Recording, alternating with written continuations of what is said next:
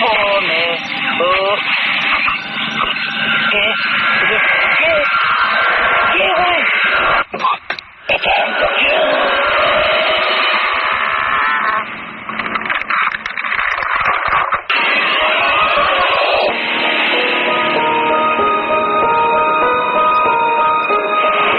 সময় সকাল, আবারও সকাল বলছি, রাত 11:59 আর একটু পরে একটা দিন, নতুন একটা দিন চলে আসবে। আর প্রতিদিনের মতো আজকেও রাতটাকে আবার সরাসরি সকাল বানিয়ে দিয়েছি। যাই হোক, আমি রিসেন্টলি এই মাত্র ঢাকায় ফিরে এসেছি 3 দিন আগে। গত ভূত FM এর পরে আমি গিয়েছিলাম বান্দরবানে, এবং বান্দরবানে ওইখানে গিয়ে এক ভদ্রলোকের গল্প শুনেছিলাম, ঘটনা শুনেছিলাম। সেই ঘটনাটা আমার সাথে আমার খুব শেয়ার করতে ইচ্ছা করছে।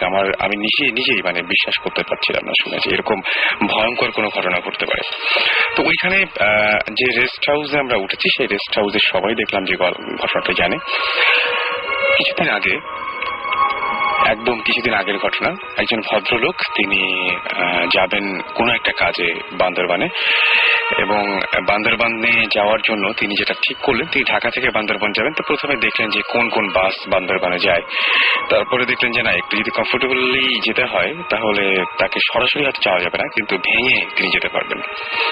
যে বাসগুলো কক্সবাজার যায় সেই বাসের মাধ্যমে তিনি ইচ্ছা করলে যেতে পারবেন বান্দরবানের কাছাকাছি কোনো একটা জায়গায়। তো যাই হোক, বাসে উঠলেন তিনি, নির্দিষ্ট সময়ে উঠলেন, এবং বাসটা ছাড়লো সকালের দিকেই। কিন্তু বাসটা যখন পৌঁছাতে শুরু করলো, সাতকানিয়া পর্যন্ত বাসটা যায়। তারপরে সাতকানিয়াতে এসে বাসটা থেমে যায়, এবং সেইখান থেকে কোন একটা মানে ওখানকার হয়তো লোকাল বাস বা ওখানে জিপ আছে, সেগুলো ভাড়া নেওয়া যায়। সেগুলোর মাধ্যমে তারপরে বান্দরবান শহরে যেতে হয়। তো ভদ্রলোক সাতকানিয়ায় নামলেন যখন, তখন প্রায় মাঝরাত হয়ে গেছে। এই মাঝরাতে তিনি নামার পরে প্রথমে যে কাজটা করলেন সেটা হচ্ছে যে তার কাছে হোটেলের যে ফোন নাম্বার ছিল, সেই ফোন নাম্বারে তিনি আগে থেকে কন্ট্যাক্ট করছিলেন যে আমি আসছি, আপনারা একটা জিপের ব্যবস্থা করে সাতকানিয়ায় পাঠিয়ে দিন। তো হোটেল থেকে তাকে একটা জিপ পাঠিয়ে দেওয়া হলো। তো ভদ্রলোক সারাদিনের মধ্যে যে এতক্ষণ ধরে লং জার্নি, তারপরে টেনশন, ঠিক মতো পৌঁছাবেন কিনা, সাতকানিয়ায় নেমে যখন তিনি জিপটা দেখলেন, তখন তিনি মোটামুটি নিশ্চিন্ত হলেন যে হ্যাঁ, বান্দরবানে পৌঁছাতে পারছি আর কি, জিপও রেডি আছে, সবকিছু ঠিকঠাক, আমি পৌঁছে যাবো একটা সময়। তিনি নিশ্চিন্ত মনে জিপে উঠে বসলেন এবং কিছুক্ষণের মধ্যে ঘুমিয়ে গেলেন।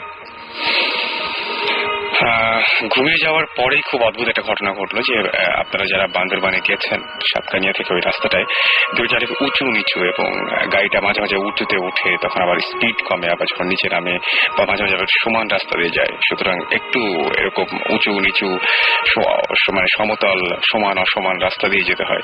তো মাঝখানে হঠাৎ করে তার ঘুম ভেঙে যায়। ঘুম ভেঙে তিনি যখন সামনের সিটের দিকে, ড্রাইভিং সিটের দিকে তাকালেন, তখন খুব একটা অদ্ভুত ঘটনা দেখলেন যে সেই সিটটাতে যে মানুষটি বসে গাড়ি চালাচ্ছিল, বা যিনি তাকে নিয়ে আসছিলেন সাতকানিয়া থেকে, সেই মানুষটি নেই। একদম পুরোপুরি সিটটা ফাঁকা। তিনি ভয়ের সঙ্গে সঙ্গে চোখ বন্ধ করে ফেলেছিলেন। তিনি ভাবছিলেন যেটা হতে পারে নাকি, সামনে এরকম, মানে এটা কিভাবে সম্ভব, আমি যে মানুষের সাথে কথা বলে গাড়িতে উঠেছি সেই মানুষটা গাড়িতে নেই, এটা কিভাবে হতে পারে। তিনি নিজের চোখে বিশ্বাস করতে পারছিলেন না, সঙ্গে সঙ্গে আবার চোখ বন্ধ করে ফেললেন। একটু পরে আবারও চোখ খুললেন, সেই একই ঘটনা। তিনি বুঝতে পারলেন সারাদিন অনেক টায়ার্ড ছিলেন, এই জন্য হয়তো খুব একটা বড় ঝামেলা হয়েছে, তার আসলে ব্রেইন তাকে ভুল ইনফরমেশন দিচ্ছে। তিনি চোখ বন্ধই রাখলেন। একটা সময়, কিছুক্ষণ পরে, এই ঘন্টা দেড়েক দুয়েক পরে গাড়িটা থেমে গেল একটা জায়গায় এসে। থেমে যাওয়ার পরে জাস্ট একটা হোটেলের সামনে এসে থামলো। সেই যে হোটেলটা থেকে তাকে গাড়িটা পাঠানো হয়েছিল তিনি তাই মনে করলেন, এবং তিনি তখনও ড্রাইভারকে দেখলেন, কিন্তু হোটেলের ভেতরে আলো চলছে, লোকজন আছে। তিনি বেশ সাহস পেয়ে জাস্ট তার ডোরের লকটা খুলে ফেললেন, এবং খুলে ফেলে তারপরে সেই হোটেলের ভেতরে ঢুকলেন। এবং ঢুকে তিনি খুব একটা অদ্ভুত ঘটনা দেখলেন। সেটা হচ্ছে রিসিপশনে যে ভদ্রলোকটি বসে আছেন তাকে তিনি চেনেন, তিনি তার ইউনিভার্সিটির ফ্রেন্ড। কিন্তু অদ্ভুত ব্যাপারটা হচ্ছে সেই ফ্রেন্ড তারও 5 বছর আগে মারা গিয়েছে। এবং সেই সময় দেখলেন যে হোটেলের বিভিন্ন জায়গায়, সোফায়, বিভিন্ন জায়গায় অত রাতেও কিছু কিছু মানুষ জেগে আছে, বসে আছে, এবং প্রত্যেকটা মানুষকে তিনি চেনেন। কেউ তার আত্মীয়, কেউ তার খুব কাছের জন, কিন্তু সবাই মৃত। মানে সেখানে মারা গিয়েছে, কিন্তু সেই মানুষগুলোকে তিনি জীবন্ত দেখতে পাচ্ছেন। মানে একদম অবিশ্বাস্য ঘটনা। তিনি জাস্ট নিজেও তখন বিশ্বাস করতে পারছেন না। তিনি বুঝতে পারছেন তার ভয়াবহ রকমের হ্যালুসিনেশন হচ্ছে বা কিছু একটা, বা মাঝে মাঝে এরকম হয় না যে, কিন্তু তিনি প্রচন্ড ভয় পাচ্ছিলেন এবং ভয় পেতে পেতে ওইখানে তিনি সেন্সলেস হয়ে যান। এবং যখন জ্ঞান ফেরে তখন সেটা প্রায় ভোরের আলো ফুটতে শুরু করেছে, এরকম সময় তার জ্ঞান ফেরে এবং তিনি তাকিয়ে দেখলেন যে আসলে সেখানে হোটেল বা এরকম কোনো কিছুই নাই, জাস্ট একটা পুরনো বাড়ি। সেই বাড়িতে সকালের আলো ঢুকে পড়েছে এবং হোটেলের মতো কোনো সেট আপই নাই, সেখানে পুরোপুরি একটা বাড়ি। এবং তিনি বিভিন্ন ঘরে বা বিভিন্ন জায়গায় গিয়ে দেখলেন যে কেউ নাই। দৌড় দিয়ে তিনি সেখান থেকে বেরিয়ে আসলেন এবং বেরিয়ে এসে প্রথম যে কাজটা করলেন সেটা হচ্ছে কোনো মানুষকে খুঁজতে শুরু করলেন, কিন্তু ওর মানুষ পাচ্ছিলেন না উনি। কিছুক্ষণ পরে যখন আরেকটু ভোর হলো তখন দেখতে পেলেন যে অনেক মানুষই বান্দরবান থেকে নীলগিরির দিকে যাচ্ছে এবং সেখানে তিনি জাস্ট একটা জিপ থামিয়ে সেখানে উঠে পড়েন। বলেন যে আমার এরকম বিপদ হয়েছে। তিনি বলেন যে হোটেলে ফোন দেন। খুব অদ্ভুত ব্যাপার যে তিনি তখন মোবাইলে অনেক খুঁজেও সেই নাম্বারটা খুঁজে পেলেন না, যেটা তার হোটেলের নাম্বার ছিল সেই নাম্বারটা খুঁজে পেলেন না। এই ঘটনাটা আমি এবার গিয়ে আমি যে রেস্ট হাউসে ছিলাম সেই রেস্ট হাউসে শুনেছি এবং ওইখানে যেখান থেকে তিনি উঠেছিলেন এলাকার লোকজন প্রত্যেকেই বলল যে না, এখানে তো এরকম কোনো হোটেল নাই, আর এখানে কখনো কোনো বাড়িও ছিল না। আপনি যেখান থেকে উঠেছেন সেটা একটা জঙ্গল এবং পাহাড়ের একটা ঢাল, সেখানে কোনো বাড়ি থাকারও কথা না, সেখানে কোনো হোটেল থাকার তো প্রশ্নই আসে না।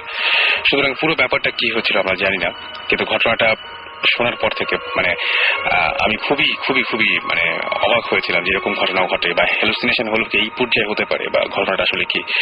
এবং খুব অদ্ভুত ব্যাপার সেই ভদ্রলোকের সেটা হচ্ছে সেই ভদ্রলোকের একটা জিনিস তিনি বান্দরবান থেকে নিয়ে এসেছিলেন সঙ্গে করে, যেটা তিনি আর কখনো ফেরত পাঠাতে পারেননি। তিনি প্রতিদিন যে ঘটনাটা তার সঙ্গে ঘটেছিল সেই ঘটনা তিনি রেগুলার এখনো পর্যন্ত স্বপ্নে দেখেন। এটা এখনো তিনি ভুলতে পারেন না এবং রেগুলার তাকে স্বপ্নে ডিস্টার্ব করে এই স্মৃতিটা। এনিওয়েজ, শুরু করছি আজকের ভূত এফএম। ঘড়িতে সময় এখন 12:06 আর আমাদের সঙ্গে আমাদের ভৌতিক টিম এসে পড়েছেন এবং আমাদের সাথে পৌঁছে গেছেন তারা, আর সেই সাথে আমাদের গেস্টরাও আছেন। তো আমরা গেস্টের সাথে কথা বলবো। আর গেস্টের সাথে আমি আপনার নামটা একটু বলবেন প্লিজ। আমি আশিস বড়ুয়া, হোম ডিস্ট্রিক্ট চট্টগ্রাম, টাইটি ফার্ম আছি মাল্টিমিডিয়া এক্সিকিউটিভ হিসেবে।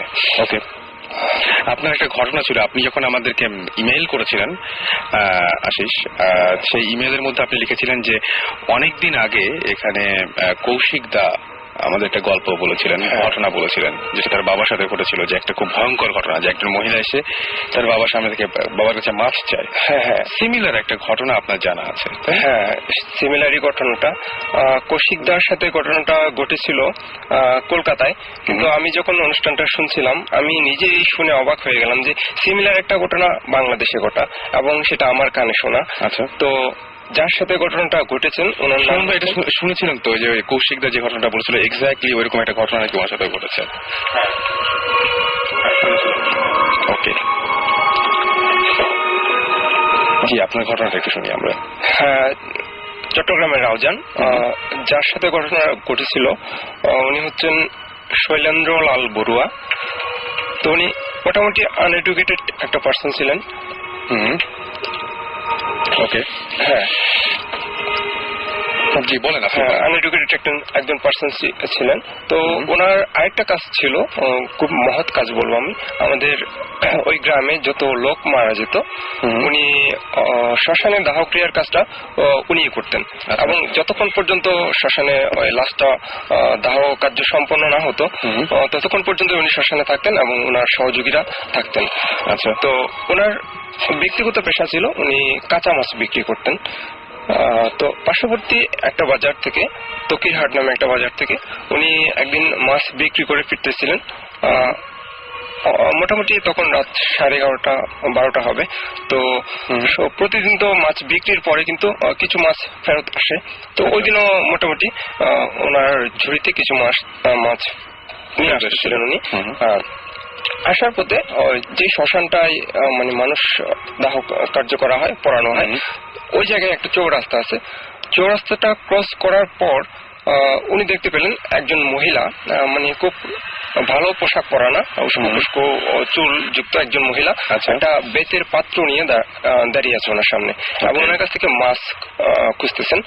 তো উনি তো করেন, দাহ কার্য করেন শ্মশানে, লাশ পোড়ান। তো ওনার একটু সাহস ছিল এবং ওই বিষয়গুলো সম্পর্কে ওনার মোটামুটি ধারণা ছিল, যার ফলে উনি তেমন একটা ভয় পান নাই।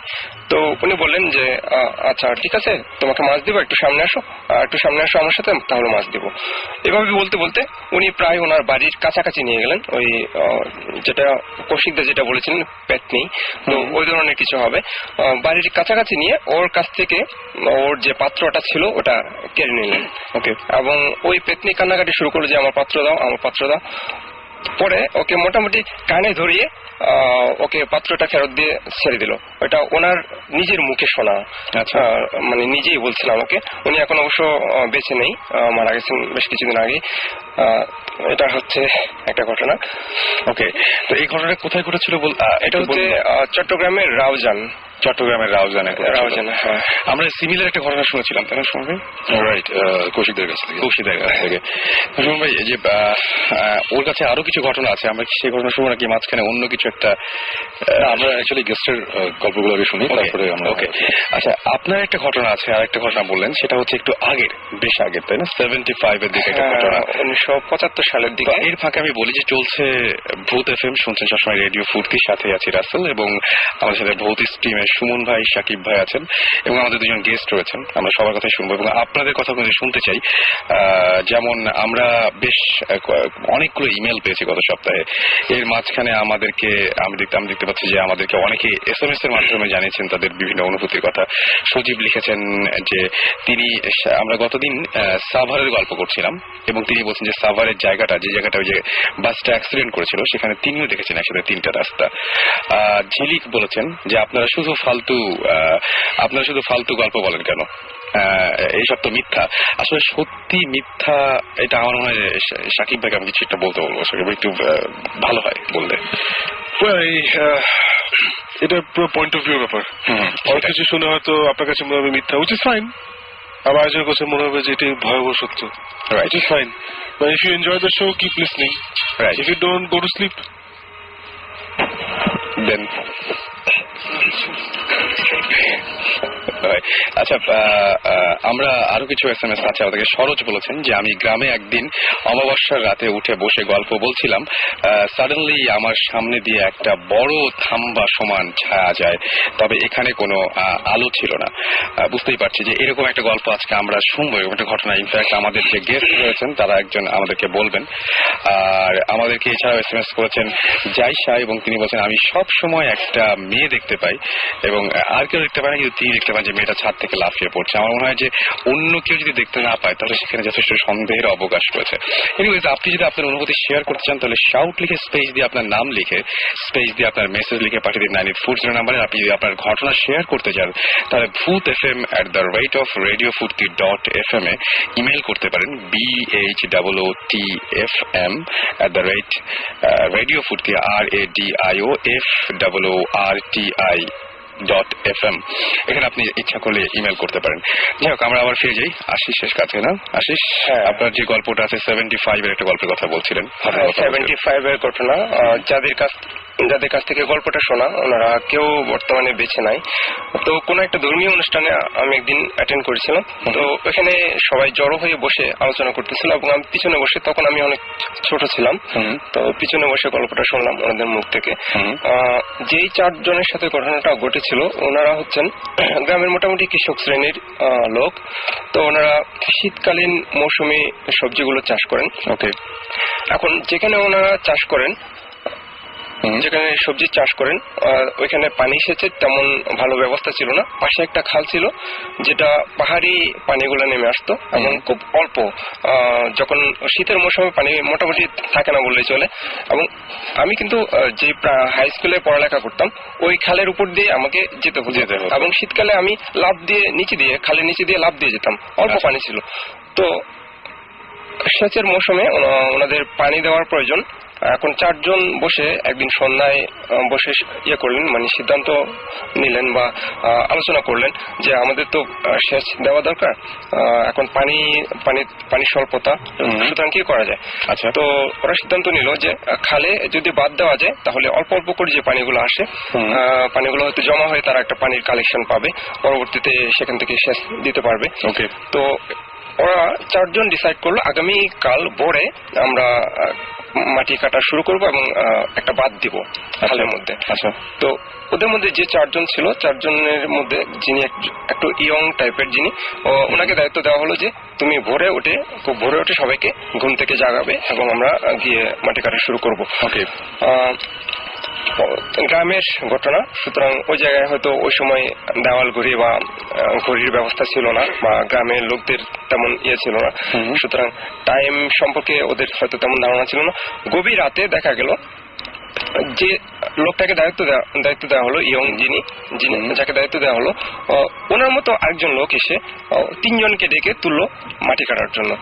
আচ্ছা, ওনার মতো আরেকজন লোক যে এসেছিল এটা আপনি জানেন, বা ওরা 3 জন তো নিশ্চয় তখন বুঝতে পারে নাই। তো তারা ভাবছে কি যাকে দায়িত্ব দেওয়া হয়েছে সেই আসছে, এবং পরবর্তীতে ওরা 4 জন গিয়ে মাটি কাটা শুরু করলো। অনেকক্ষণ ধরে মাটি কাটলো, বাট সকাল হচ্ছে না, কারণ ভোরে গেলে তো মোটামুটি ঘন্টাখানেক বা 2 ঘন্টা মাটি কাটলে সূর্যের আলো দেখার কথা, কিন্তু অনেকক্ষণ ধরে মাটি কাটার পরে দেখা যাচ্ছে ভোর হচ্ছে না। এবং তারা 2 জন মাটি করে নিয়ে যাচ্ছিল, বোঝাই করে নিয়ে যাচ্ছিল। 2 জন একটু সন্দেহ করলো যে তাদের মাটির পাত্রটা অনেক ভারী মনে হচ্ছে। একজন মানুষ যতটুকু মাটি বহন করতে পারে তার চেয়ে বেশি মনে হচ্ছে কেন জানি।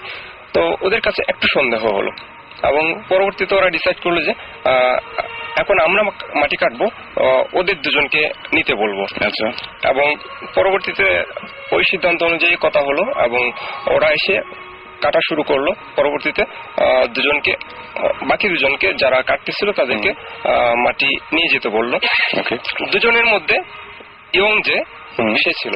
আচ্ছা, এবং পরবর্তীতে তারা সিদ্ধান্ত নিল যে যেহেতু আমাদের পাত্রে মাটিগুলো বেশি করে দিয়েছে সে, আমরাও একটু বেশি করে দিই। একজন মানুষ যতটুকু ক্যারি করতে পারবে না এর চেয়ে সে বাড়িয়ে দিল মাটি। তো দেখা যাচ্ছে যে ইয়ং সে কিন্তু খুব দ্রুততার সাথে নিয়ে মাটিগুলো ফেলে আসতেছে, কিন্তু আরেকজন যে সে কিন্তু পারতেছে না। তখনই বুঝতে পারলো যে এখানে কোনো একটা রহস্য আছে, এবং তারা যেহেতু গ্রামের মানুষ এ ধরনের বিষয়গুলো সবসময় ফেস করে এবং তাদের অভিজ্ঞতা আছে মোটামুটি, তারা বুঝতে পারলো যে এখানে কোনো একটা রহস্য আছে। যে লোকটা এত ভারী বোঝা নিয়ে যেতে পারে, নিশ্চয়ই সে হতে পারে না, কারণ মানুষের পক্ষে এত বেশি মাটি ওজন বহন করা সম্ভব না। তখন ওরা 2 জন সিদ্ধান্ত নিল যে পরবর্তীতে যখন সে মাটি তুলতে মাথা নিচু করবে তখন কোদাল দিয়ে খালের উপর একটা কোপ দেওয়া হবে, এবং তাই হলো। যখন সে নিচু হলো তার ঘাড়ে একটা কোপ দেওয়া হলো, এবং মানে এটা কি ও হেল্প করতেছিল ওদেরকে? হ্যাঁ, হেল্প করতেছিল না, মানে মাটি কাটার জন্য তো হেল্প করছিল, সেটার ব্যাপার ছিল। ওটার পরিবর্তে কোপ দেওয়ার সিদ্ধান্ত নিয়েছে না?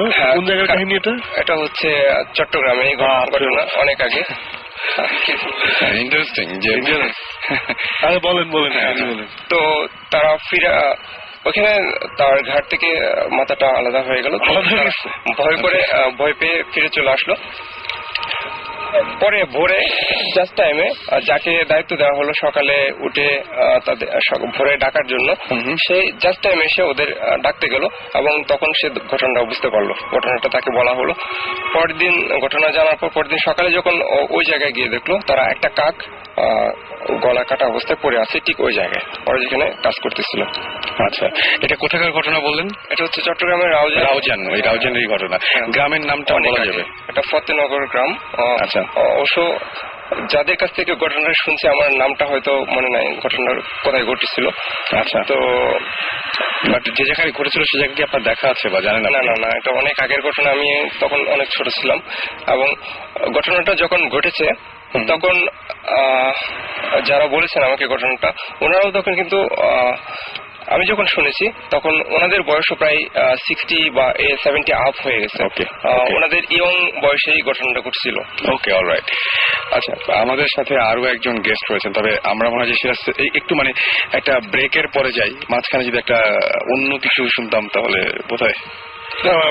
আমি ঘটনাটা আসলে বুঝতে পারছি না, আমি নিজেও। আপনি ইচ্ছা বলে আমি একটু জিজ্ঞেস করছি, সেটা হচ্ছে যে সেচ কাটার জন্যই তো রাতে ওদের উঠানো হয়েছিল। মানে এটা তো ভালো একটা কাজ ছিল। হ্যাঁ, ইয়ে করার জন্য, খালে পানি বাদ আনার দেওয়ার জন্য। জন্য, বাদ দেওয়ার জন্য। আচ্ছা, বাদ দেওয়া কাজটা ছিল ভালো। ভালো তো ওখানে একটা কি জানি একটা এসে মানে ওরা বুঝতে পারলো যে ওদের মধ্যে একজন আছে যে আসলে মানুষ মানুষ না। তাই তো, হ্যাঁ। আমরা সিদ্ধান্ত নিয়েছে গলা কেটে ফেলবে।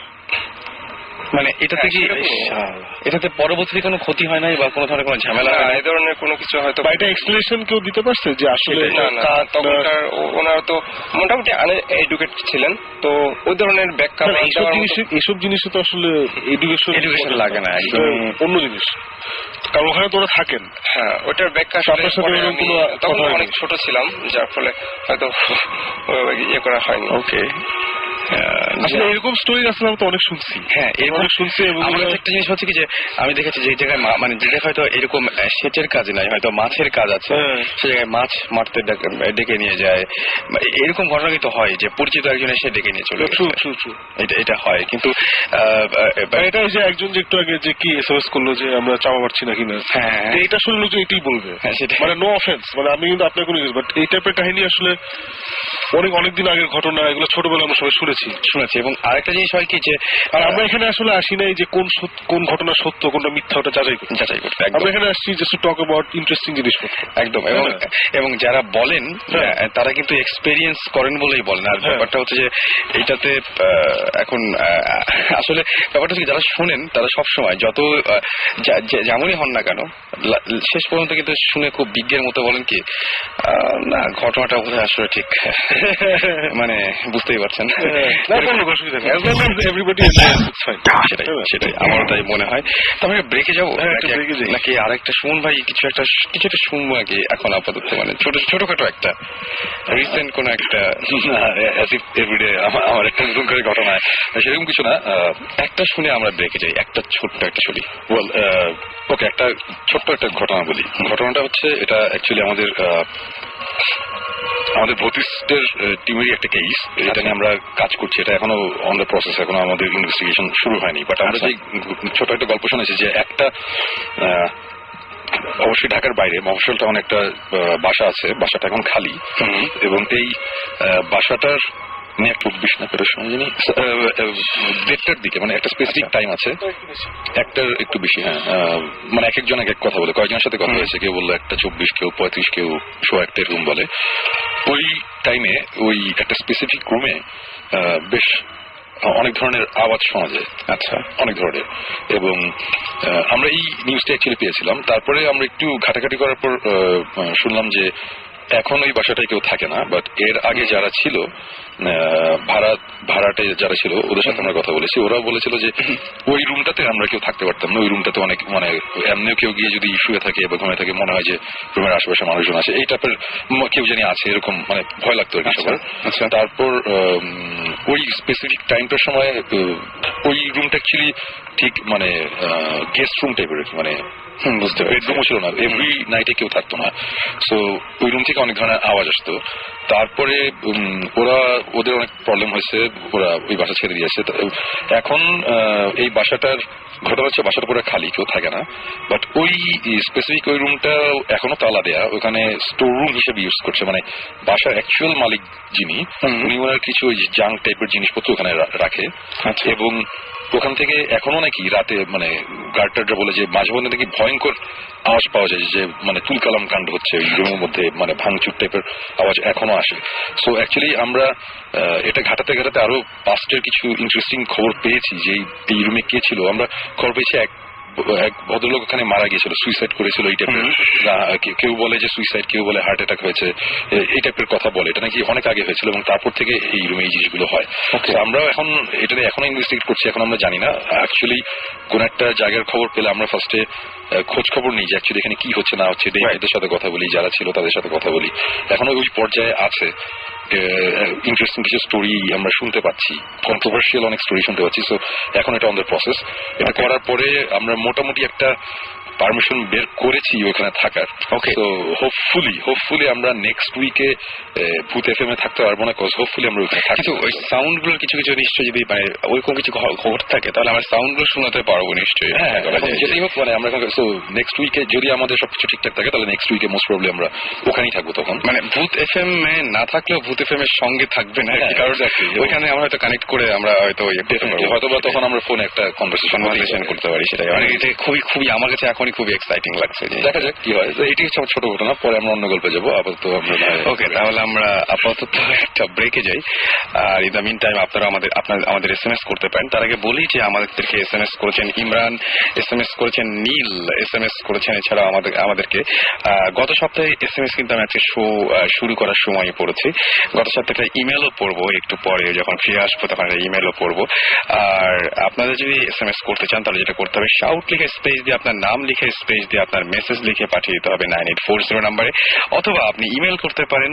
আর ইমেলের অ্যাড্রেসটি হচ্ছে bhutfm@radiofurti.fm। আমাকে SMS করেছেন মিজান, SMS করেছেন তৌফিক, চয়ন, শুভ, SMS করেছেন সাহিত্য, SMS করেছেন মিঠু, হীরা, এছাড়াও পাপ্পু, আননোন বয়, SMS করেছেন প্রনোজ, নাহিদ, তারপরে SMS করেছেন আমাকে রাইসা, পাভেল, সাইফুল, ইমরান, নীল, আনন্দ সহ আরো অনেকে।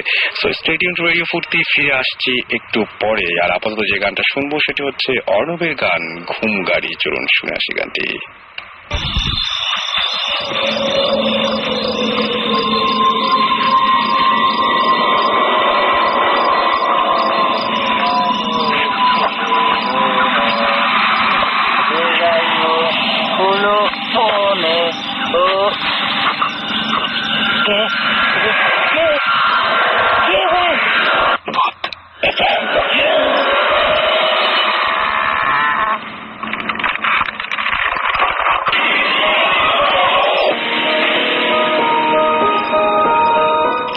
শুনছেন সবসময় রেডিও ফুর্তি, চলছে ভূত এফএম, সাথে আছি রাসেল এবং আমার সাথে রয়েছেন ভূত স্ট্রিমের সুমন ভাই, রয়েছেন সাকিব ভাই এবং জিবরান ভাই। আর সেই সাথে আমাদের গেস্ট রয়েছেন আরো একজন, তার সঙ্গে এখন পরিচয় করে দেব। আপনার নামটা বলবেন একটু প্লিজ। আমার নাম Tarek, by profession software engineer. তো ভূত এফএমে আসার উদ্দেশ্য আসলে ওই ধরনের কোনো স্ক্যারি কিছু না। ফার্স্ট থিং হচ্ছে যে আমি নিজেও জানতাম না যে এটা টাইপের একটা অনুষ্ঠান হয়, যে 2 দিন শোনা। আর মাঝে মাঝে সুমন ভাইকে ফেসবুকে স্ট্যাটাস আপডেট করতে দেখতাম যে আই এম রেডিও ফুর্তি। তো এই কারণে হঠাৎ করে একদিন লাস্ট ফ্রাইডের আগের ফ্রাইডেতে আমি দেখলাম, তো ভাবলাম যে সুমন ভাই আছে রেডিও ফুর্তিতে, অন করে কি তো তখন জাস্ট জিনিসটা আসছে, ভৌতিক জিনিসটা আমি জানছি আর এই ধরনের জিনিসগুলো আসছে আর কি। এনিওয়েজ এটা ডিফারেন্ট স্টোরি। তো আমরা তো গল্প, আমরা আপনার ঘটনা শুনবই, তবে তার আগে একটা কিছু কথা বলতে চাই। রাব্বি আমাদের SMS করেছেন, রাব্বি SMS করে বলছেন যে ভূত এফএম নাইস, আমি অলমোস্ট 6 এপিসোড শুনেছি, ভয় লাগে বাট মজাও লাগে, এক কথায় ভূত এফএম রক্স। আমাদের সৌরভ সিলেট থেকে SMS করে বলেছেন যে হ্যাঁ সাকিব ভাই আমরা মিস করেছি, আরেকবার বলুন। We love you, Rabbi. Okay, same here. মেয়ে হলে তাহলে বিয়ে প্রপোজাল পাঠাবে।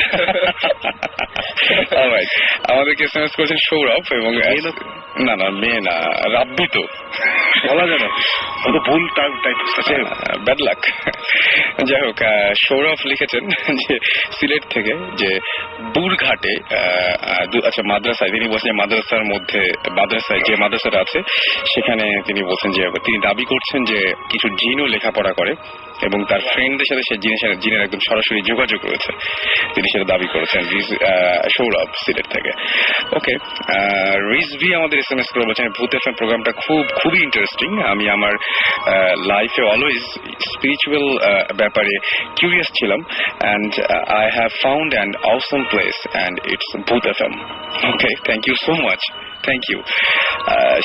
আমাদের সাকিব SMS করেছেন এবং তিনি বলছেন আমার খালা লন্ডনে থাকার সময় তিনি বলছেন যে যখন শর্টকাট একটা ওয়ে ছিল, সেই ওয়েতে যখন তিনি যেতেন বাগানের সামনে দিয়ে যাওয়ার সময় তিনি মিউজিকের শব্দ পেতেন। মানে এমন একটা জায়গায় যেখানে মিউজিকের শব্দ আসলে পাওয়ার কথা না, এরকম জায়গায় তার খালা সবসময় মিউজিকের শব্দ পেতেন। রেডিও ফুর্তি চলতে থাকে মেবি, বাট সেটা হয়তো স্ট্রিমিং করে শুনতে হবে। নিশ্চয়ই তিনি স্ট্রিমিং করে শুনছেন না। প্রতীক্ষা SMS করে বলছেন তার নানুর বাড়িতে একটা পুকুর ছিল যার পানি ছিল একদম কালো, সেই পুকুরে প্রতি 2 মাস অন্তর কেউ মারা যেত।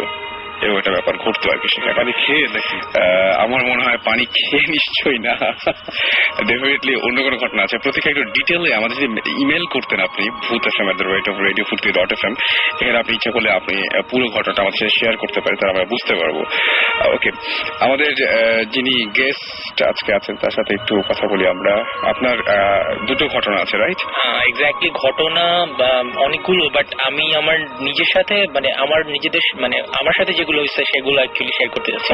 আর তার আগে মানে ছোট্ট একটা ব্যাপার যেটা বলবো, যে কিছুক্ষণ আগে ভাইয়ারা বলছিলেন যে সত্য মিথ্যার ব্যাপারটা, রাইট?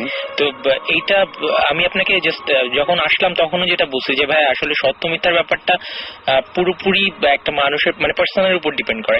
এখন আমি যদি কারো ঘটনা শুনি আমি সেটাকে মিথ্যা বলে উড়াই দিতেই পারি, প্রবলেম নাই। বাট যে ঘটনা যদি আমার সাথে ঘটে, আমি যদি নিজে একজন উইটনেস হই, তখন কিন্তু আমি নিজে বুঝতে পারি আসলে কতটুকু সত্যি কতটুকু মিথ্যা। এক্স্যাক্টলি। তো আমরা সুচিন্তিত মতামতের এগেইনস্টে কোনো সুচিন্তিত যুক্তি দিতে চাই না, সেটা উচিত হবে না। এনিওয়েজ, তো গল্পটা আসলে এরকম গল্প না, আসলে একটা সত্যি ঘটনা। যেটা হচ্ছে যে আমি যেটা মেইল করেছিলাম সেটা দিয়ে শুরু করি। যেটা হচ্ছে যে আমাদের বাড়িটা, আমাদের ফার্স্ট যেটা বাড়ি আমরা করি সেটা বরিশালে। তো বাড়িটার যখন আমরা জায়গাটাকে দেখা হচ্ছিল, কেনা হচ্ছিল, তখন জায়গাটা লো ল্যান্ড, হ্যাঁ, যেটা আপনি বলেছিলাম আর কি। তো লো ল্যান্ড ছিল, লাইক মজা পুকুর ছিল চারিদিকে, লো ল্যান্ড ছিল। তো যার কারণে আমরা অনেক চিপলি পেয়ে গেছিলাম ল্যান্ডটা। তো আর আমার বাবা মা দুজন খুব religious, but they are not superstitious, হ্যাঁ, মানে খুব বেশি যে ভূত যিনি বিশ্বাস করে এই টাইপের না। বাট একটা রুমর ছিল ওই জায়গাটায় যে জায়গাটা কার্সড। ওকে, লাইক কিরকম যে অনেক আগে, তারও 10-15 বছর আগে একটা ওই জায়গাটা এত লোল্যান্ড ছিল না, বুশি ছিল, অনেক অনেক ফিল্ড ছিল, সবুজ গাছ টাছ ছিল, অনেক জঙ্গল মতো ছিল। তো ওই জঙ্গলের একটা গাছে একটা মেয়ে হচ্ছে সুসাইড করছে, ট্যাঙ্ক বাই দ্য নেক। ওকে, তো তারপরে ওইটা একটা হন্টেড টাইপের হয়ে গেছিল জায়গাটা। ওকে, তো আমি জানি না এটা সবাই বলতো আর মানে লোকাল পিপলের ফিডব্যাক এটা হচ্ছে হিউমারটা। তো আমরা যখন গেলাম জায়গাটাতে তখন আসলে আমরা এগুলো বিশ্বাসও করি নাই, আর জানতাম মানে কেয়ার করি নাই, জাস্ট হ্যাঁ ওটা হয়েছে প্রবলেম নেই। তো আমরা বাড়িটারি করার পরে কোনো প্রবলেম হয় নাই। আর যেহেতু কিছু সুপারস্টিশিয়াস ছিল না, ওই ধরনের জিনিস নিয়ে কেউ চিন্তাও করে নাই যে ধরনের ব্যাপার হইতে পারে বা আসতে পারে এই ধরনের কোনো কিছু। তো ফার্স্ট 2-3 ইয়ার্স 4 ইয়ার্স খুব ভালো, কোনো প্রবলেম নাই। বাট যেটা বলছিলাম যে আমাদের বাসাটা যেটা আমরা যেভাবে করছিলাম, যেটা স্ট্রেট লাইন টাইপের একটা বাসা ছিল, পরপর 3টা রুম, ফ্রন্ট রুম, মাঝের রুম, তারপরে শেষের রুম। লাস্ট রুমের অপোজিট সাইডে হচ্ছে কিচেন, কিচেনের লেফট সাইডে হচ্ছে বাথরুম স্পেস, আর রাইট সাইডে হচ্ছে একটা ফাঁকা জায়গা আর কি। তো ওই জায়গাটাও বাসার একটা জাস্ট লনের মতো ছিল সামনে, কিন্তু ওটা কনস্ট্রাক্টেড না। ওকে, তো এক্স্যাক্টলি মানে যেটা মানে আমাদের পজিশন ওয়াইজ এবং বিল্ডাররা যখন বাড়িটা করছেন, বিল্ডাররা হচ্ছে লোকাল বিল্ডার ছিলেন, এবং বিল্ডাররা যখন বাড়িটা করছেন তখন তারা বলছিলেন যে ওই জায়গাটা কিছু না করতে, মানে যে কোন জায়গাটা, যেটা ফাঁকা ছিল, জায়গাটা ফাঁকা ছিল, রাইট, মানে কিচেনের পাশে যে জায়গাটা ছিল। তো অ্যাকচুয়ালি আমাদেরও বাজেট একটু টাইট ছিল, যার কারণে আমরা ওদিকে হাতটা দিইনি। কিন্তু যখন ওইখানে একটা রুম তৈরি করার কথা হচ্ছে, বাবা চাচ্ছেন যে ওখানে একটা রুম করবে, ওই যখন প্ল্যাম্বাররা কাজ করছে, খোদাই হচ্ছে, পিলার্স হচ্ছে, ইনসিডেন্ট গুলো তখনই আস্তে আস্তে শুরু হলো। আচ্ছা, তো ইনসিডেন্ট গুলো যেটা শুরু হয়েছে, আমি মানে ইয়েতে বলি আর কি, মানে একদম ক্লিয়ারলি বলি, যেটা হচ্ছে ফার্স্টে যেটা হইতো লাইক রাত্রবেলা 1টা 1:30 2টা এরকম ফ্রন্ট ডোর, 200 ছেলেবেলার কাজ এটা, কিন্তু এত রাতে কে নক করবে? তো প্রতিবারই আমরা যখন নক শুনতাম দরজা খুলে দেখতাম কেউ নাই। ওকে, বাট এটা নিশ্চয়ই ওরকম সুইফটলি হইতো না। তো এক রাতে আমরা চিন্তা করলাম কি যে না, আজকে দেখি কি হয়। বা এটা খুব ফ্রিকোয়েন্ট, প্রথম দিকে খুব ফ্রিকোয়েন্ট হইতো না, পরে খুবই ফ্রিকোয়েন্টলি হওয়া শুরু করছে। তো যখন শুরু করছে মানে ফ্রিকোয়েন্টলি শুরু হয়েছে, তখন জিনিসটা আসলে মানে একটু আমরা সবাই মানে অ্যানোয়িং হয়ে মানে ছিলাম আগে থেকেই, বাট কি হয়েছে, এটা কি হইতেছে, এই ধরনের একটা ব্যাপার হইতো। তো এনিওয়েজ, তো তখন আমরা ডিসাইড করলাম, মানে বেসিক্যালি আমি ছিলাম আর আমার ভাইয়া ছিল, তো ডিসাইড করলাম যে আজকে রাতে দেখবো আমরা কি অবস্থা। ওকে, সো আমরা আমাদের ওই জাস্ট ফ্রন্ট ডোরের পাশে একটা জানলা ছিল, ওটা খুললে ফ্রন্ট ডোরটা দেখা যেত, মানে ফ্রন্ট ডোরের সামনে কি আসছে না আসছে আমরা ওটা থেকে দেখতে পারতাম। ওকে, তা আমরা মোটামুটি জানালাটা চাপায় রাখছি, যে যদি কোনো দুষ্ট ছিল হয় আমরা খুলে সাথে সাথে ওকে দেখতে পারবো। তো জানালাটা চাপায় রেখে আমরা বসে আছি, কি হয় দেখি। তো বসে থাকতে থাকতে অনেক রাত হয়ে গেছে, তখন 1টা 1:30 অনেক রাত হয়ে গেছে। তো আমরা একটু স্বাভাবিকভাবে, তখন ছোট আমি, অনেক জীবনী আসছে, রাইট। তো হঠাৎ করে শব্দ দরজাতে, তো মানে খুব হেভি প্রেসার দিচ্ছে, কেউ যেন নক করছে, তো বেল রিং হচ্ছে তার সাথে একই সাথে। তা আমরা যখন সাউন্ডটা পেলাম, পেয়ে আমরা জাস্ট জিমনি থেকে উঠে গেছি। আপনি একারা নিশ্চয়ই? মানে সেখানে আমার ভাইয়া ছিল এবং দুজনই জিনিসটা উইটনেস, আমরা দুজনই দেখছি। জাস্ট জানালাটা খোলার পরেই দরজা মানে শব্দটা থেমে গেল এবং ওখানে কেউ নাই, মানে একদম নাথিং, নোবডি ওয়াজ দেয়ার। হ্যাঁ, মানে জিনিসটা আমি জানি না, মানে আমার মানে তখন ওই জায়গা থেকে আমরা প্রচন্ড মানে ওইখানে শেষ এই টাইপের একটা ব্যাপার ছিল, হয়ে গেছিল আর কি। তখন তো আমি অনেক ছোট, আমি তো কিছু বুঝতাম না, এত এক্সপ্লেনেশন বা এত কিছু আসতো না মাথায়। এটা ছিল একটা ব্যাপার। এবং এর সাথে সাথে যেটা শুরু হয়েছে, ছাদের উপরে প্রচন্ড শব্দ। প্রচন্ড শব্দ মিন্স ওই বাসাটার ছাদে এবং ওই জায়গাটাতে? এক্স্যাক্টলি ওই বাসাটাতে এবং ওই জায়গাটাতেই, রাইট। আচ্ছা, আমাদের বাসাতে মুভ করে না? না মানে স্পেসিফিক কোন জায়গায় নাকি? না, আমাদের ছাদে, বাসার ছাদে। ছাদ তো একটাই ছিল, তিনটা রুম। এগুলো শুরু হয়েছে যখন আপনার ওই রুমটা হবে, রাইট, এক্স্যাক্টলি। তো তারপরে মানে আওয়াজগুলো পাচ্ছিলাম, মানে লাইক দাপাচ্ছে কেউ ছাদের উপরে উঠে, আবার গান করতেছে, মানে লাইক এরকম গ্লিটারিং আওয়াজে হা হা হি করলে যেটা শব্দ হয় সেম। তো হাসতেছে কেউ, কখনো আবার চিল্লাচিল্লি করতেছে, এই টাইপের। তো এরকম না যে খুব, আমাদের সিঁড়িটা ছিল আবার কলাসিয়াল গেটের ভিতর দিয়ে আটকানো, যে কেউ যদি দুষ্ট ছেলে টেলে সিঁড়ি দিয়ে উঠে যে ই করবে তা না। আবার বাসাটা খুব হাইও ছিল না যে কেউ বেয়ে উঠতে পারে, বাসায় যে পাইপ ছিল কেউ বেয়ে উঠতে পারে। তো আমরা ওরকম প্রথমে গা করিনি, কিন্তু রেগুলার হওয়ার পরে জিনিসটা আসলে ওই পর্যায়ে থাকে নাই, চিন্তা হয়। হ্যাঁ, সেটাই তো। তাও আমরা এই জিনিসগুলো ইগনোর করা যায়, ইগনোর করে থাকা যায় বা একটা পর্যায় পর্যন্ত টলারেবল। কিন্তু এর পরে যে ব্যাপারটা হয়েছে সেটা সবচেয়ে বেশি ইন্টারেস্টিং। সেটা হইতেছে যে আমরা যখন ওই রুমটাতে যাবো, মানে ওই রুমটা তৈরি করা হয়ে গেছে, কিন্তু রুমটা হচ্ছে কি, যখন ফ্লোরটা হয়, ফ্লোরটা কিন্তু ভিজায় রাখতে হয়। নতুন যে বাসা একদম কয়েকটি দিন, হ্যাঁ 3টা বা 4টা দিন ভিজায় রাখতে হয়, মানে সিমেন্টটা যাতে শক্ত হয়। তো ওইটা রুমটা জাস্ট ভিজানো ছিল ফ্লোরটা, আর রুমের ফ্রন্ট ডোরটা ছিল জাস্ট কিচেনের পাশেই তো রুমটা হয়েছে।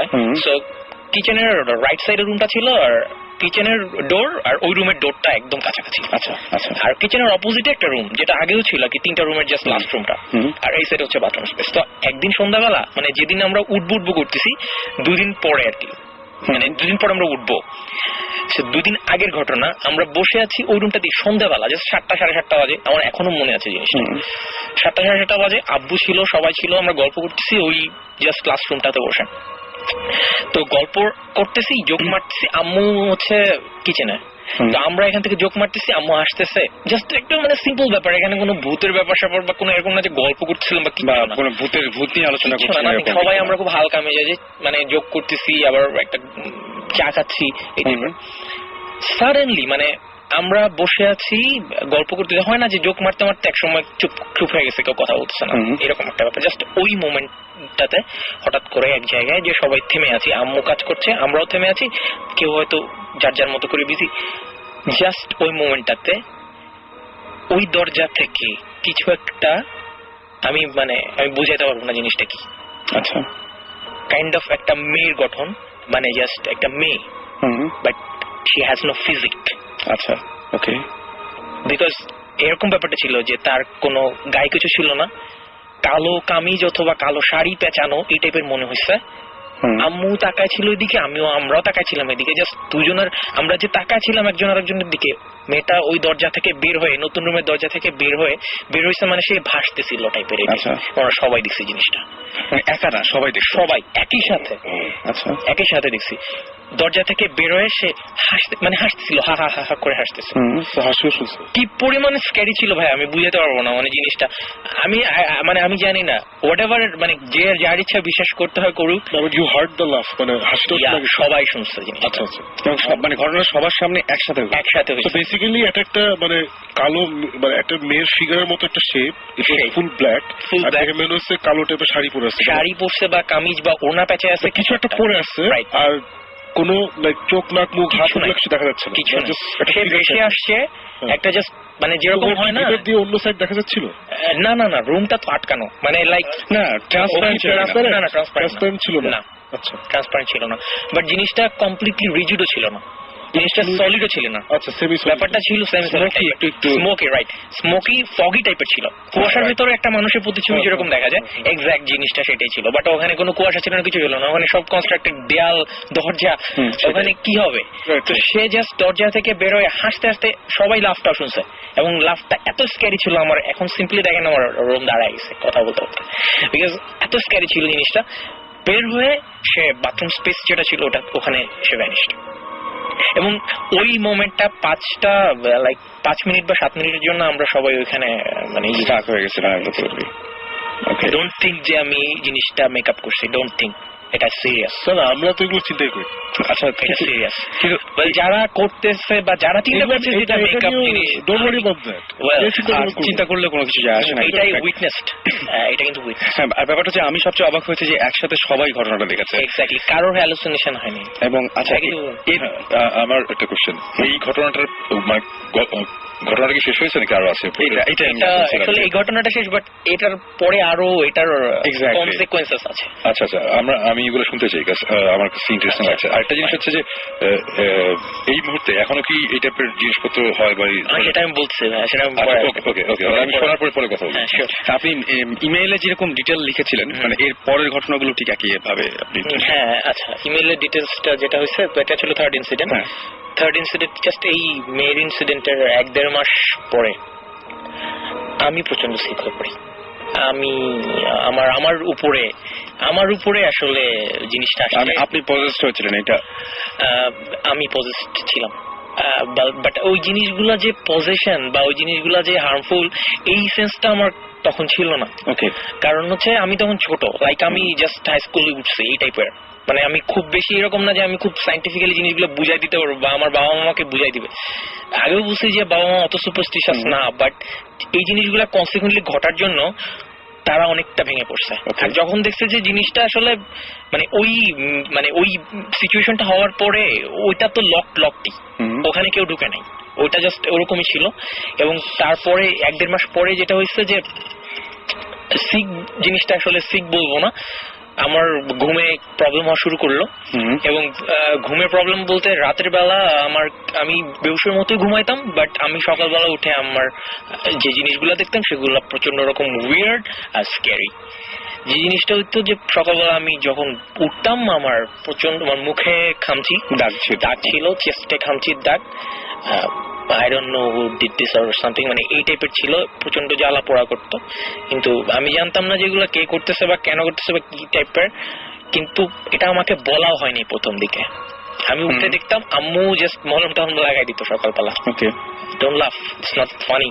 হ্যাঁ, মানে মলম টলম লাগাই দিত। I'm not laughing at you. এটা হচ্ছে সারপ্রাইজ লাফ। ওকে, ফাইন। I'm not laughing যে হা হা হা। আপনার যে মানে হিউমারটা যে একটু ভালোই সেটা আমি বুঝছি। এই লাফ হচ্ছে যে দ্যাটস সারপ্রাইজিং, বাট জিনিসটা একটু ইন্টারেস্টিং। আমি সেটা ওয়াজ ভেরি ইন্টারেস্টিং, এজন্য হাসছি। থ্যাঙ্কস। আমি লাইট ডিফেন্সিভ হয় না তো যা বলো। ওকে, আমি লাইটলি বলছি। আচ্ছা, আমি লাইটলি বলছি যেটা হচ্ছে ওয়েল, তো প্রথম আমাকে বলা হইতো না যে কি হয়েছে। তারপরে আম্মা বললো একদিন হঠাৎ করে সকালবেলা যে তুমি কি জানো যে তুমি কাল তোমার রাতে তুমি কি করো তুমি জানো? আমি বললাম না, আমি কি হয়েছে তুমি কিছু টের পাও না? আমি কিছু টের পাই না। ওই যে এই যে এগুলো রেগুলার নিজে কাজটা করতেছো বা তুমি নিজে এটা তুমি নিজের উপর এটা করতেছো, তখন নাকি আম্মা যখন দেখছে তখন আমার মানে সেপারেট রুম ছিল ঠিক আছে, বাট যখন আর কি এই জিনিসগুলো আমার সাথে হচ্ছিল তখন আম্মা একটু অ্যালার্ট হয়ে গেছে। এবং রাতে যখন এই জিনিসটা মানে যখন হয় আমি তো জানি না কখন হয়, তখন নাকি আমার আম্মু আমাকে বলছে জিনিসটা যে তোমার হাতটা শক্ত হয়েছিল এবং তোমাকে ধরে ঠান্ডা করতে হয়েছে, এবং আমি কিন্তু এগুলো কিছুই টের পাইনি। ঠান্ডা করতেছে এবং দোয়া টোয়া পরে ফুটু দেওয়ার পরে নাকি আমি ঠান্ডা হয়েছি, এই টাইপের একটা ব্যাপার ছিল।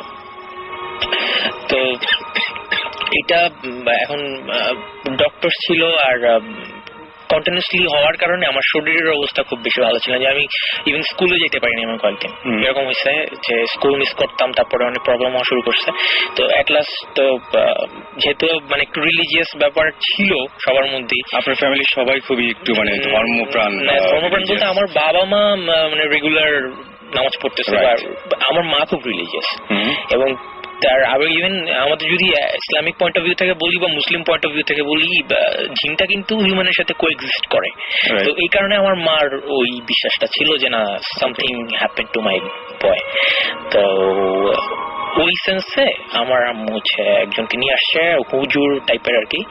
তো উনি কিছু তাবিজ টাবিজ দিছিল আমাকে।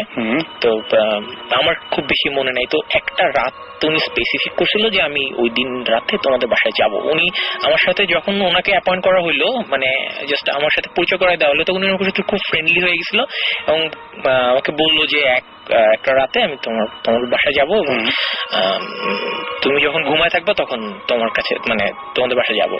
তো এইটা বলছিল। তো ওই দিন রাতে কি হয়েছিল আমার মনে নেই, বিকজ আই ডোন্ট নো সে আমাকে সেন্সলেস করছিল না আমি সেন্সলেস ছিলাম আমি জানি না, but something happen to that night. এবং ওই রাতে কিছু একটা হয়েছে, এক্সোরসিজম বা যাই বলেন না কেন ওই টাইপের। এবং ওই দিন পরে আমি যেটা শুনছি যে বাসার ছাদটা একটা পার্শ্ব হচ্ছে টিন শেড ছিল, টিনটা বাঁকায় গেছিল পুরা।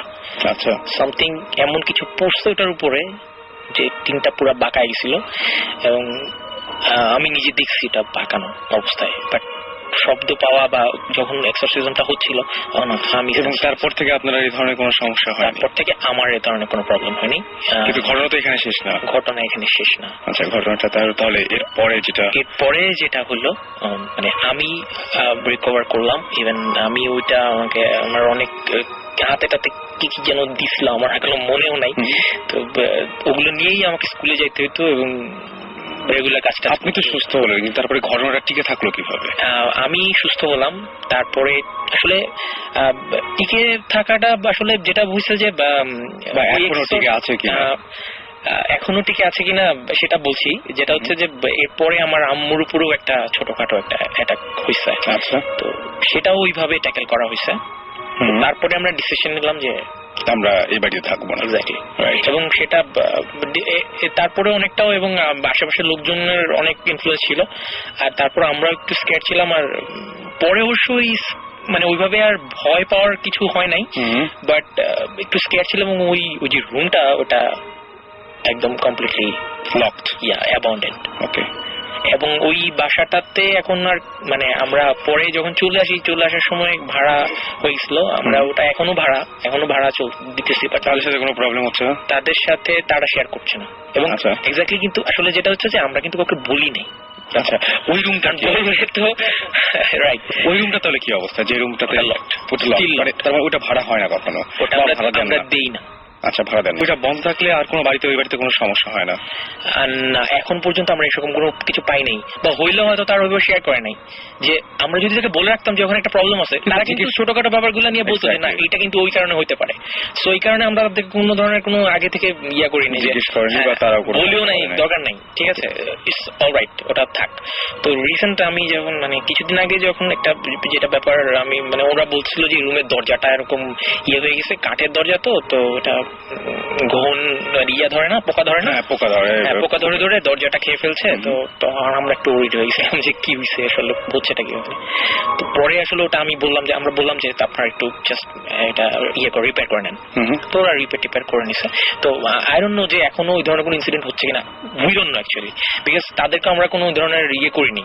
মানে তো তারা যদি এরকম কিছু দেখেও তারা হয়তো ওইভাবে আমাদের সাথে শেয়ার করবে না, করে না। সেটাই, শেয়ার করার কোনো কারণ নাই। সাধারণত এই সমস্ত জিনিস মানুষ শেয়ার করতে চায় না, করে না। আর মানে এটা তো মানে সবাই ফার্স্ট টাইমই বলে যে দূর এগুলো ভুয়া। সো এটা তো মানে এই পর্যন্তই তো গল্পটা ছিল। না, অনেক ইন্টারেস্টিং। আমি একটা জিনিস জানতে চাই যে লাস্ট ইনসিডেন্টটা কতদিন আগে, কত আগে হবে? লাস্ট ইনসিডেন্টটা হচ্ছে মানে আমাদের সাথে যেটা হয়েছে, আমরা যেটা উইটনেস করছি সেটা লাস্ট ছিল 1996-এ। মানে এটা অনেকদিন আগের, হ্যাঁ, অনেকদিন আগের ঘটনা। তারপর থেকে কি লকড রুমটা এখন? ওকে, তারপর ওই রুমে জাস্ট ওইটা ভাইয়া যে বললেন স্টোর রুম টাইপের, ওরকম হয়ে গেছে। মানে আমরা যে মানে খুবই ইন্টারেস্টিং। আমি আজকে এসে যে ঘটনাটা বললাম এটার সাথে অনেক, আমি এই জন্য আপনাকে মাঝখানে জিজ্ঞেস করি। হ্যাঁ, মানে যখন আমরা অন এয়ারে ছিলাম না তখন ইনফ্যাক্ট আমাকে জিজ্ঞেস করেছিল যে এটা কোন এরিয়াতে। আচ্ছা, ওই তখন বলতেছিলাম একটা জিনিস জিনিস আবার বলি যে আমরা আমি সাকিব বা জিবরান এসে আমরা যে ঘটনাগুলো বলি এগুলো তো আমরা রিভিল করতে পারি না অ্যাকচুয়ালি কোথায়, মানে এক্সাক্ট প্লেস সম্ভব হয় না।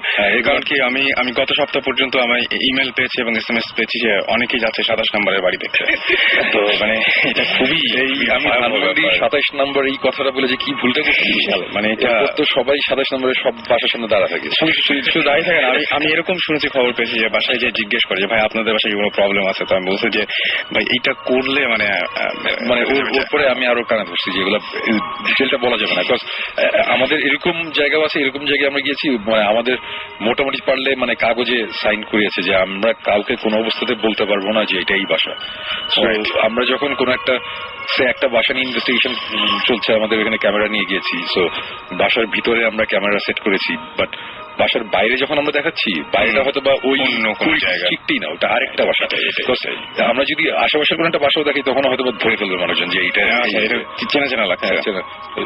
এই কারণে আমাদের খুব মজা হবে যে শুন ভাই, ধরুন আমরা আরেকটা ডিস্ট্রিক্টের বাসায় এমনি দেখালাম, তারপর আসলেই হন্টেড, তো অন্য কথা। বাট দেন এগেইন আমরা অন্য বাসা যখন দেখাচ্ছি ওরাও জানে যে ওদের বাসাটা দেখানো হচ্ছে, এটা অসুবিধা নেই, সো ওইটা ওইভাবেই হ্যান্ডেল করতে হয়।